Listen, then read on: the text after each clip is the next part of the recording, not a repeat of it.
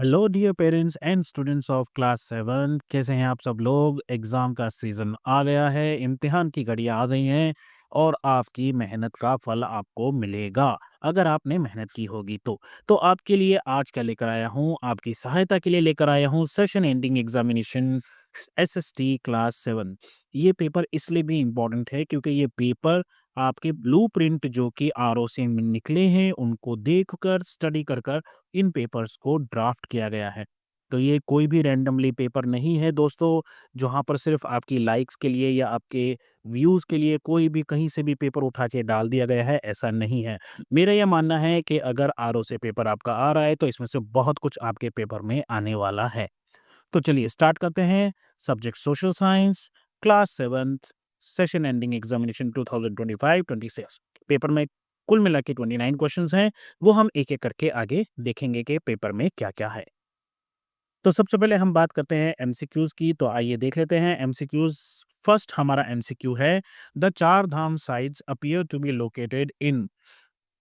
चार धाम स्थल जो हैं इनमें से क्या प्रतीत होते हैं?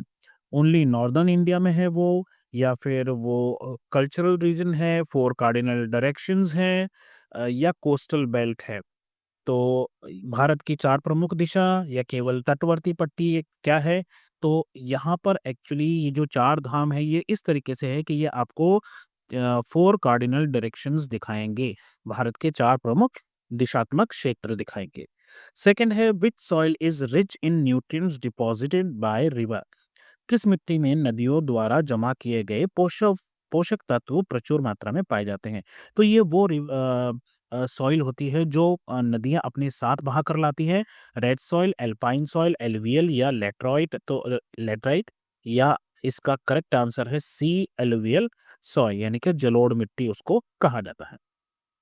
थर्ड है, the instrument used to measure atmospheric pressure. किससे नापते हैं एटमॉस्फेरिक प्रेशर, वायुमंडलीय दबाव को? हाइग्रोमीटर से, बैरोमीटर से, एनेमोमीटर से या थर्मोमीटर से? तो इसको नापा जाता है बैरोमीटर से। आगे बढ़ते हैं, फोर्थ क्वेश्चन है, Mawsynram the place receiving the highest average annual rainfall कौन सी स्टेट में है? मासिनराम जहां सर्वाधिक औसत वर्षा होती है वो कहाँ पर है? आसाम, मेघालय, केरला या West Bengal? Correct answer is Meghalaya. Fifth है, who founded Shunga dynasty after assassinating the last Mauryan rule. अंतिम मौर्य शासक की हत्या के बाद शुंग वंश की स्थापना किसने की?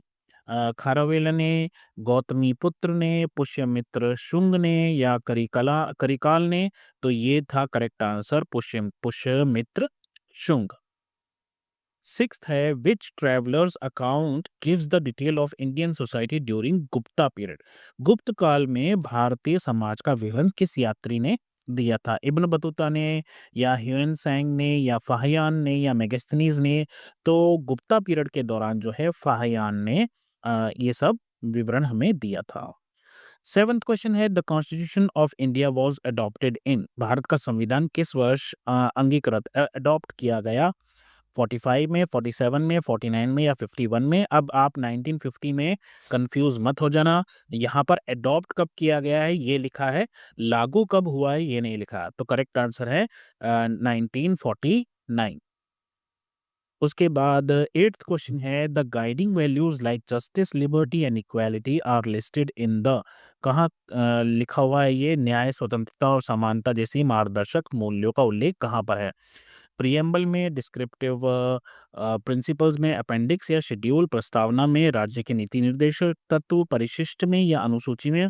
तो ये हमारे जो प्रियम्बल है स्टार्टिंग वाला, उसी में ये लिखा हुआ है। नाइन्थ क्वेश्चन है, the constitution came into force. ये है वो क्वेश्चन जो मैं आपको कह रहा था कि भारत का संविधान लागू कब हुआ? तो अब जो है 26 जनवरी 1950, 15 अगस्त 1947, 2 अक्टूबर या 1 जनवरी को? तो ये 26 जनवरी 1950 को हुआ था और इसीलिए आप जो है रिपब्लिक डे मना। 10th है, the barter system involved exchange of. विनिमय प्रणाली किसका लेन-देन होता था? करेंसी नोट्स का, डिजिटल पेमेंट का, गुड फॉर गुड यानी कि वस्तुओं के बदले वस्तु, या मेटल्स फॉर मेटल्स? तो ये होता था एक चीज लेकर दूसरी चीज देना, तो that means good for goods. 11th question है, इन द अर्थशास्त्र an annual salary could be paid as. अर्थशास्त्र जो लिखी थी कौटिल्य ने, उसमें वार्षिक वेतन किस रूप में दिया जा सकता था? गोल्ड के ऑर्नामेंट यानी कि सोने के जो ज्वेलरी है वो, या an adhaka of grain per day, silver bars, या लाइव स्टॉक। तो पशुधन, रजत मुद्रा, या हर रोज एक अड़का अनाज। तो अर्थशास्त्र में एनुअल सैलरी जो है वो एक अड़का अनाज प्रतिदिन के हिसाब से, पर डे के हिसाब से भी दी जा सकती थी। 12th है, which organisation prints the and manages Indian currency today. आज जो जितना भी पैसा भारत में छपता है वो कौन करता है, उसकी देखरेख सेबी, आरबीआई, आईआरडीए या एसबीआई। तो इनमें से आरबीआई जो है, रिजर्व बैंक ऑफ इंडिया, ये प्रिंट करता है पैसे को। 13th है, in the market, in a market the price of the product is influenced by. बाजार में किसी भी चीज की जो कीमत है वो किससे प्रभावित होती है? Wealth alone, religion alone, demand and supply, और क्लाइमेट। तो जितनी डिमांड और सप्लाई होगी उसी के हिसाब से उसकी कीमत होती है। अगर डिमांड ज्यादा तो कीमत ज्यादा। 14th है, in a chain of distribution who sells goods directly to consumers. Chain of distribution मतलब जब ये चीज़ें कंपनी से लेकर और आप तक पहुंचती हैं, तो हमें जो है कंज्यूमर को डायरेक्टली कौन बेचता है? होलसेलर, रिटेलर, मैन्युफैक्चरर, या इंपोर्टर। तो जो खुदरा व्यापारी होता है, रिटेलर होता है, वो हमें बेचता है। Supermarkets are different because they provide, supermarket क्यों अलग है? They provide no packaging, no storage, branded and packaged goods, only fruits and vegetables. तो सुपरमार्केट्स इसलिए भी है क्योंकि वहां पर आपको ब्रांडेड और पैकेज्ड गुड्स जो है आसानी से मिल जाता है। उसके बाद है very short answer question, 1 1 mark के, ये 4 हैं। आइए एक एक करके इनको डिस्कस करते हैं। तो सेक्शन बी का पहला क्वेश्चन है, which Gupta ruler also known as Vikramaditya. कौन सा गुप्त शासक विक्रमादित्य के नाम से भी जाना जाता था? तो जो चंद्रगुप्त सेकंड था, उसको विक्रमादित्य के नाम से भी जाना जाता था। वो काफी पावरफुल गुप्ता रूलर था, और वो अपने उसके टाइम में आर्ट और कल्चर की वजह से बहुत जाना जाता था। तो इस तरह आप लिख सकते हैं, Chandragupta second was known as Vikramaditya. आप चाहे तो यहाँ तक भी आंसर लिख सकते हैं क्योंकि ये 1 मार्क का ही है। ये मैंने एक्स्ट्रा इन्फॉर्मेशन के लिए आपको यहाँ पर दे दिया है। उसके बाद 17 क्वेश्चन है, why do coastal areas experience a moderate temperature. तटीय क्षेत्रों में तापमान सामान्य क्यों पाया जाता है? मतलब ना ज्यादा ठंडी है ना ज्यादा गर्मी है। ऐसा इसलिए है क्योंकि समुद्र जो है वो ठंडा भी बहुत देर से होता है और गर्म भी बहुत देर से होता है। समर में क्या होता है, सी जो है हीट को एब्जॉर्ब कर लेता है और आसपास की जगह को ठंडा रखता है। विंटर्स में क्या होता है, क्योंकि ज़मीन जो है वो जल्दी ठंडी हो जाती है, तो उसके मुकाबले में समुद्र जो है वो गर्म रहता है, और एज़ अ रिज़ल्ट वहाँ से गर्म हवाएँ धरती की तरफ चलती हैं। इससे टेम्परेचर जो है वो बैलेंस हो जाता है। तो यही सब मैंने यहाँ पर लिख के दे दिया है आपसे। आप चाहे तो इसको पढ़ लीजिएगा एक बार, बाकी आंसर वही है जो मैंने अभी आपको बताया। 18th क्वेश्चन है, what does universal adult franchise means? सार्वभौमिक वयस्क मताधिकार का क्या अर्थ होता है? तो इसका मतलब होता है कि देश में रहने वाला जो भी सिटीजन है उस सब के पास वोट करने का अधिकार होता है। चाहे वो किसी भी जाति का हो, धर्म का हो, जेंडर का हो, अमीर हो, गरीब हो, पढ़ा लिखा हो या ना, लेकिन उसके पास वोट देने का अधिकार होगा, और यही होता है universal adult franchise. It insures equal political rights to all adults. जितने भी बड़े हैं उन सबको समान अधिकार मिले वोट डालने का। 19th क्वेश्चन है, what is the purpose of ISI और एगमार्क लोगोस का क्या पर्पस है? इनका क्या उद्देश्य होता है? तो ये एक्चुअली टेस्टिंग एजेंसी है। जितने भी ये एगमार्क और आईएसआई लोगोस होते हैं, ये बताते हैं कि जो प्रोडक्ट आप यूज करने वाले हैं वो टेस्टेड है उस क्वालिटी के लिए और सेफ्टी के लिए। इससे कंज्यूमर्स को एक हेल्प मिलती है, वो उस पर विश्वास कर सकते हैं कि ये प्रोडक्ट जो है वो स्टैंडर्ड प्रोडक्ट होंगे। उसके बाद हम पहुंचते हैं सेक्शन सी। ये शॉर्ट आंसर क्वेश्चन है, 2 2 मार्क्स वाले, और ये 4 क्वेश्चंस हैं जो हमें आंसर देने हैं। क्वेश्चन है, why was the post Maurya era also known as the era of reorganisation. Maurya साम्राज्य के पश्चात का जो काल है, मतलब उसके बाद का जो टाइम है उसको एरा ऑफ रीऑर्गेनाइजेशन पुनर्गठन का काल क्यों माना जाता है? तो मौर्य एम्पायर के खत्म होने के बाद कई छोटे-छोटे किंगडम्स जो हैं वो बनने लगे थे अलग-अलग रीजन्स में। नए पॉलिटिकल सिस्टम, नए ट्रेड नेटवर्क्स जिनसे व्यापार हो सके, कल्चरल प्रैक्टिसेस नई तरह की डेवलप हुई। अब सोसाइटी और एडमिनिस्ट्रेशन जो है वो वापस से रीऑर्गेनाइज होने लगे। इसीलिए इस एरा को कहा जाता है एरा ऑफ रीऑर्गेनाइजेशन। वापस सब कुछ जैसा था उसको छोड़ के अब वापस से हर चीज़ नई तरीके से ऑर्गेनाइज होने लग गई थी। 21st क्वेश्चन है, why do people visit a तीर्थ और अदर सेक्रेड साइट्स? लोग तीर्थ या अन्य पवित्र स्थलों की यात्रा क्यों करते हैं? तो लोग जो है वो तीर्थ की यात्रा या सेक्रेड साइट्स जाते हैं प्रे करने, ब्लेसिंग्स लेने, आशीर्वाद लेने अपने अपने इष्ट देव का, और शो करने डिवोशंस। ये जो प्लेसेस हैं ये कनेक्टेड होती हैं रिलीजन और ट्रेडिशन से। और यहाँ पर जब हम विजिट करते हैं तो लोगों को एक शांति की भावना मिलती है, स्पिरिचुअल सेटिस्फेक्शन मिलता है।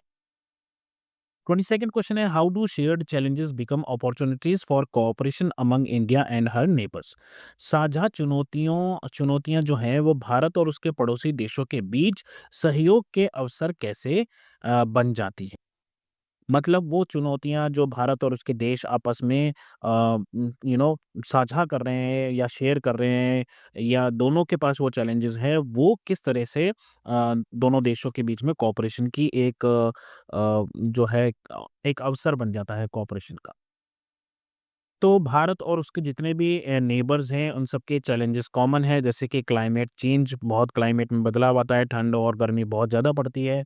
और रिवर शेयर कर दी जाती हैं, जैसे बहुत सारी रिवर्स हैं जो चाइना से होकर नॉर्थ ईस्ट से होकर इंडिया में आती हैं और इंडिया से होकर कश्मीर से पाकिस्तान की तरफ जाती हैं। तो ये रिवर शेयर होती है, ट्रेड शेयर होता है, सिक्योरिटी जो है वो उसके लिए बॉर्डर्स वगैरह होते हैं। तो इन सब प्रॉब्लम्स को सॉल्व करने के लिए वो कोऑपरेट करते हैं, एग्रीमेंट्स बनाते हैं, जॉइंट प्रोजेक्ट्स बनाते हैं, उनके बीच में वार्तालाप होती है, डायलॉग्स होते हैं। तो इन सब से जो है वो एक टीम वर्क की तरह काम करते हैं, म्यूचुअल सपोर्ट करते हैं एक दूसरे का, और इससे जो है एक कोऑपरेशन की भावना जागती है। 23rd क्वेश्चन है, how has modern technology helped farmers? आधुनिक प्रौद्योगिकी ने किसानों की किस प्रकार सहायता की है?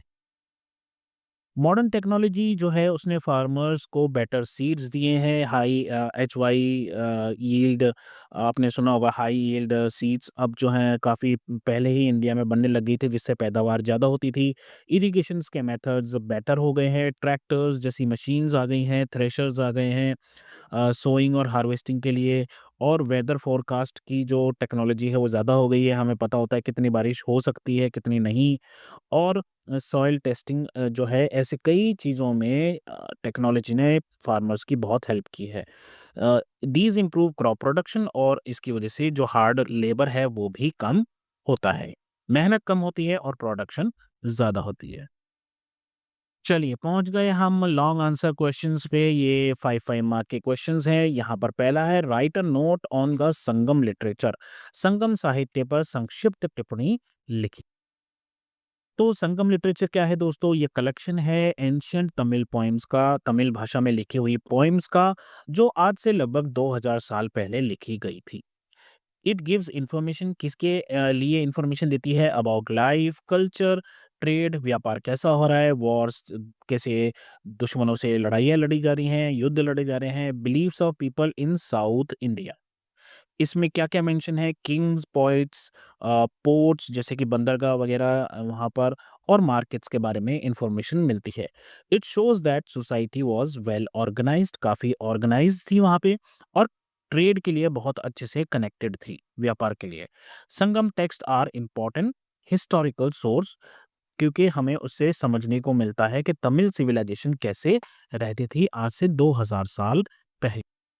नेक्स्ट क्वेश्चन है, what is a weather? Explain the elements of weather and the instruments used to measure them. मौसम क्या होता है ये बताइए, और मौसम के तत्वों और उन्हें मापने वाले यंत्रों को समझाइए। तो यहाँ पर मेन एलिमेंट्स पे आ गए वेदर। ओके, यहाँ मैं लिखना भूल गया कि वेदर क्या होता है, पर मैं आपको ऐसे ही बता देता हूँ। वेदर क्या होता है, किसी भी पर्टिकुलर जगह पर उस समय किस तरह की कंडीशन है, रेनी है, विंडी है, बहुत ज़्यादा धूप है या छाँव है या आज बादल निकले हुए हैं, किसी एक जगह पर किसी एक टाइम की जो कंडीशन है एटमॉस्फेयर की, उसको वेदर बोलते हैं। और ये वेदर जो है फ्रीक्वेंटली चेंज होता है। आज हो सकता है बहुत तेज हवा चले, तो कल हो सकता है बारिश हो और परसों हो सकता है वापस धूप निकले। तो वेदर जो है शॉर्ट टर्म के लिए होता है। अब हम बात करते हैं इसके एलिमेंट्स की, तो इसके एलिमेंट्स क्या हैं? टेम्परेचर है, ह्यूमिडिटी है, रेनफॉल है, विंड स्पीड है और एयर का प्रेशर है। ये 5 जो हैं इसके एलिमेंट्स हैं।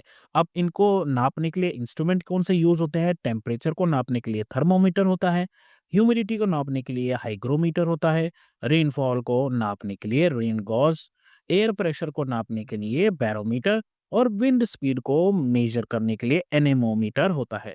ये इंस्ट्रूमेंट जो है साइंटिस्ट को हेल्प करते हैं ताकि वो प्रेडिक्ट कर सके कि वेदर कंडीशंस कैसे होंगी। उसके बाद यहाँ पर इस क्वेश्चन के साथ एक और दे रखा है, study the weather data for Jammu and Kashmir given below and answer the questions that follow. तो यहाँ पर ये आपकी टेक्स्ट बुक का ही क्वेश्चन है। यहाँ पर कुछ शहर दे रखे हैं जैसे श्रीनगर, काजीगुंड, पहलगाम, कुपवाड़ा, कुकरनाग, गुलमर्ग और मुजफ्फराबाद। और यहाँ पर आपके टेम्परेचर दे रखे हैं 6.5, 3.2, 1.1, 2.6, ये सब डिग्री सेल्सियस में है। गुलमर्ग नेगेटिव है -2 और मिनिमम टेम्परेचर जो है वो श्रीनगर का -2.4 है और कुछ यहाँ पर इसी तरीके से दे रखा है। तो आपको इस पूरे टेबल को पढ़ के और कुछ क्वेश्चंस के आंसर्स देने हैं। जैसे कि पहला क्वेश्चन है, compare the maximum and minimum temperatures of Srinagar, Gulmarg and Kupwara. तो श्रीनगर का ये है मैक्सिमम और गुलमर्ग गुलमर्ग का है -2.6 और कुपवाड़ा तो इन सबको कंपेयर कीजिए और बताइए तो क्या है। तो यहाँ से हमें पता लगता है कि गुलमर्ग का सबसे कम है और श्रीनगर जो है उसका जो मैक्सिमम टेम्परेचर है वो बाकी दोनों जगह से ज्यादा। तो इसको हम लिखेंगे कैसे? Srinagar has higher temperature than Gulmarg and Kupwara. Gulmarg is the coldest and Kupwara is between the two. दूसरा है, comment on the precipitation pattern, rainfall slow, विभिन्न केंद्रों में वर्षा या हिमपात की प्रवृत्ति की टिप्पणी कीजिए।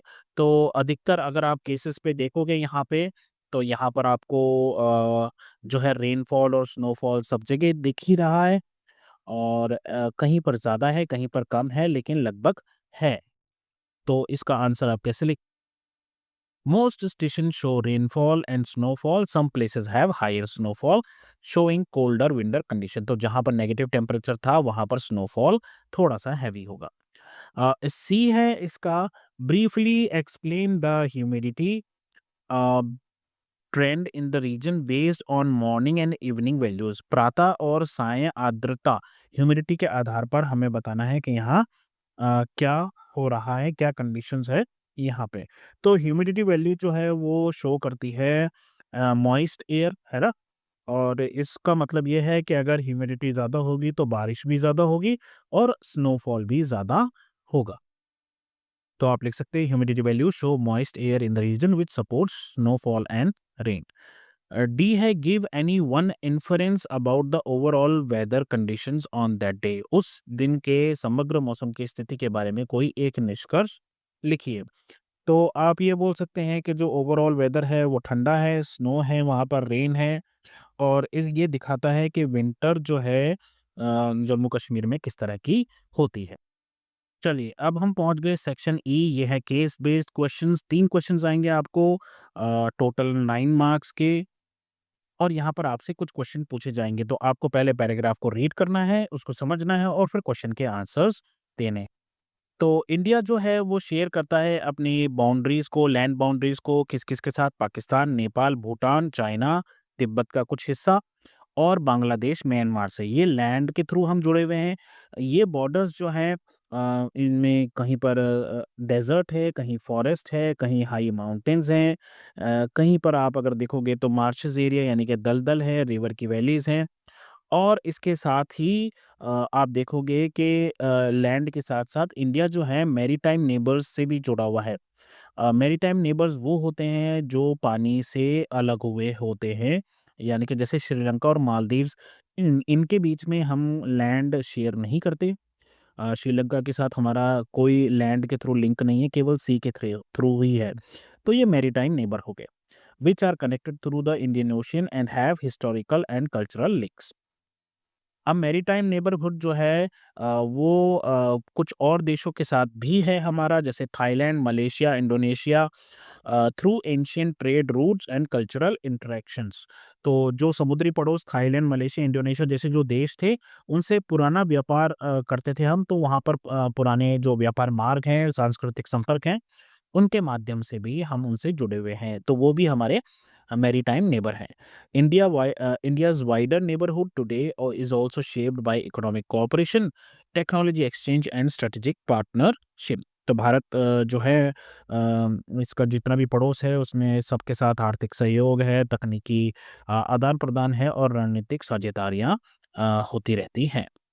चलिए, पहला सवाल है define maritime neighbour based on the passage.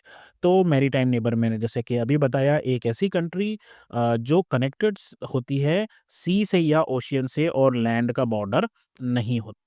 उसके बाद सेकंड क्वेश्चन है name any two land neighbours and two maritime neighbours of India. तो लैंड नेबर्स बहुत सारे हैं, उनमें से आप दो कोई देना चाहते हो तो नेपाल और भूटान दे दो।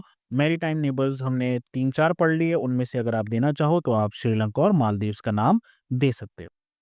इस तरह से आप आंसर्स लिख सकते हो। थर्ड है state any two factors that created ancient connectivity between India and south east Asia. Bharat और दक्षिण पूर्व एशिया के बीच प्राचीन संपर्क के दो आधार लिखिए। तो क्यों होते थे ये रूट्स, क्यों होते थे? एक तो पहली बात, पुराने वक्त में ट्रेड हुआ करता था और कल्चरल एक्सचेंजेस होते थे, तो इन दोनों चीज़ों की वजह से जो है पुराने टाइम से हम उनके साथ कनेक्टेड है, कनेक्टिविटी है हमारी उनके साथ। इस तरह लिख लीजिए आप, ancient trade routes and cultural exchanges. D है explain how geography and trade shaped India's wider neighbourhood beyond its land borders. तो भूगोल और व्यापार ने किस प्रकार स्थल सीमाओं यानी कि लैंड बॉर्डर जो है उससे परे भारत के पड़ोस को आकार दिया, ये हमें समझाना है। तो ज्योग्राफी कुछ ऐसी है कि इंडिया के पास सी रूट्स भी है, लैंड रूट्स भी है ट्रैवल करने के लिए और ट्रेड करने के लिए।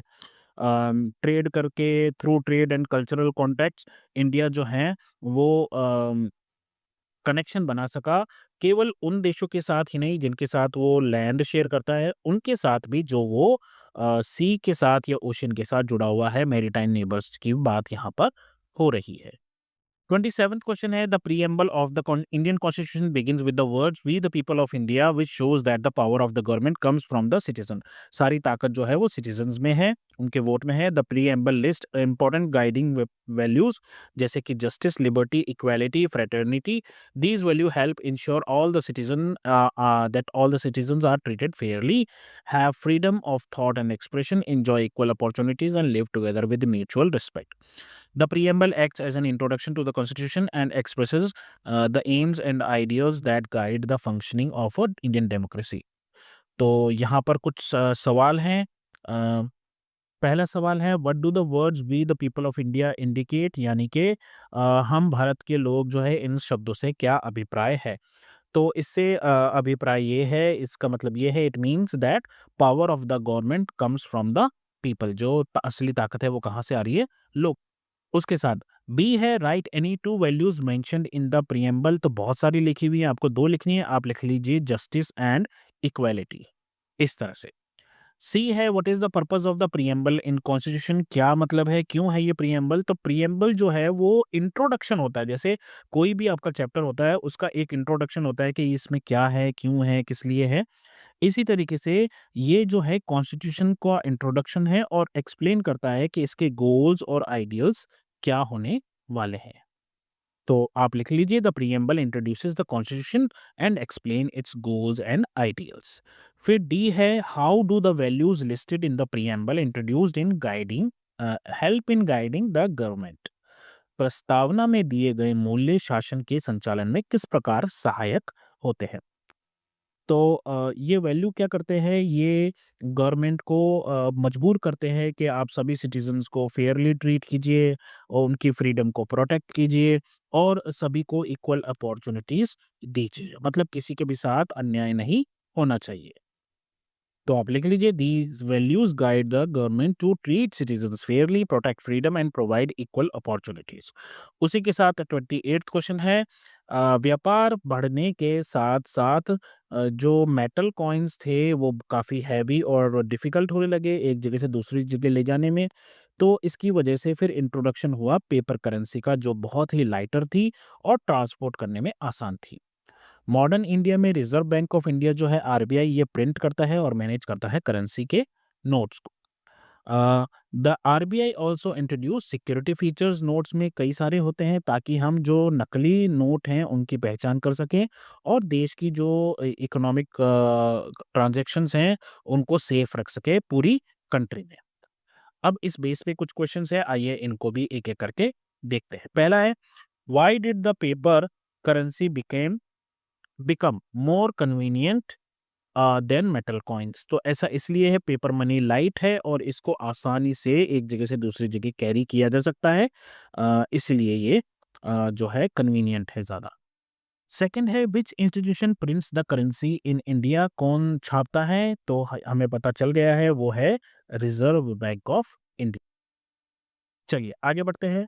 Why are security features added to the currency notes? आपको क्यों लगता है क्यों किए गए? ताकि जो फेक नोट्स हैं उन उनको उनसे बचा जा सके और जो ट्रांजैक्शन है उनको सेफ रखा जा सके।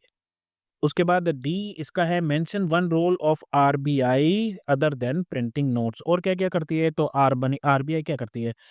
मनी की सप्लाई को कंट्रोल करती है, बैंक को मैनेज करती है। जितने भी इंडिया के बैंक्स हैं वो सब जो हैं आरबीआई के अंडर आते हैं और उन सबको आरबीआई की सुननी पड़ती है अगर वो कोई गलत काम करते हैं तो। बेसिकली ये एक प्रिंसिपल की तरह है आरबीआई, जो बाकी सभी टीचर्स को कंट्रोल में रखता है। चलिए सेक्शन एफ, आखिरी क्वेश्चन तक हम पहुंच गए हैं। मैप और डायग्राम का क्वेश्चन है ये। हमें मैप पर बताना है नेपाल कहाँ है, उज्जैन कहाँ है और दक्षिण का पठार यानी कि डेक्कन प्लेटू कहाँ है। तो ये देखिए, नेपाल जो है आपका, ये जो हिस्सा है ये नेपाल का हिस्सा है, दिस इज नेपाल।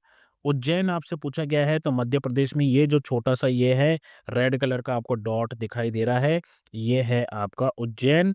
और दक्षिण का पठार जिसे डेक्कन प्लेटू बोलते हैं वो है आपका ये वाला हिस्सा। तो यहीं पर पेपर जो है कंप्लीट होता है। दोस्तों मैं एक बार फिर बता दूं, ये पेपर मैंने बहुत मेहनत से आपके एक एक क्वेश्चन को देखकर बनाया है, रैंडमली ऐसे ही कोई उठा के पेपर नहीं दिया है। और ऐसा इसलिए है क्योंकि आप लोग बहुत विश्वास करते हो हेलो अध्यापक पर, कि हेलो अध्यापक जो पेपर देंगे वो बहुत ही अ, सही तरीके से बना हुआ क्वेश्चन पेपर होगा। तो अभी के लिए बस इतना ही दोस्तों, अपना ध्यान रखें, अगले पेपर का इंतज़ार करें, मैं जल्दी ही दूसरा पेपर लेकर आऊँगा। तो अभी के लिए बस इतना ही, अपना ध्यान रखें, मम्मी-पापा का कहना मानें और जब भी कोई प्रॉब्लम हो तो नॉक कीजिए और बोलिए हेलो अध्यापक। Take care, bye bye, have fun, all the very best.